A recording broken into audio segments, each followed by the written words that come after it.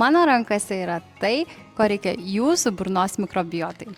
Esu gydytoja odontologė Giedrė Uzė ir noriu jums plačiau papasakoti apie gerąsias bakterijas burnai.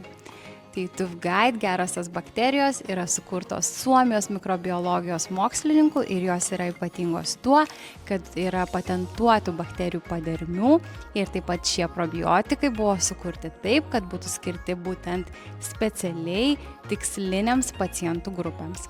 Taigi būtent šie yra skirti visiems pacientams, kurie nori pagerinti savo burnos mikrobiotą, taip pat vaikams nuo 3 metų amžiaus ir tiems pacientams, kurie skundžiasi ėduonies atsiradimu, dantenų uždegimu, blogu burnos kvapu arba jeigu yra chromogeninės bakterijos burnoje, kurios sukelia juodą tamsų apnašą ant dantų ir būtent šie probiotikai tikrai padeda jį sumažinti. Kiti probiotikai tai yra TÜV-GUIDE Plus ir šie yra skirti būtent tiem pacientams, kurie serga astma, cukriniu diabetu, nėščiosioms moterims, taip pat pacientams, kurie skundžiasi burnos sausumu ir blogu burnos kvapu bei dantenų uždegimu. Na ir visai nesenai buvo sukurti nauji probiotikai burnai, tai yra KidGuide ir tai yra probiotikai vaikams.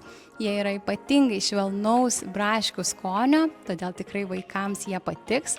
Na ir jie yra ypatingi tuo, kad juose yra ne tik gerosios bakterijos burnai, bet ir žarnynui. Todėl jūs su viena tablete galite tikrai pagerinti savo vaiko imunitetą. Visose šiuose probiotikose taip pat yra ir vitamino D3 bei ksilitolio.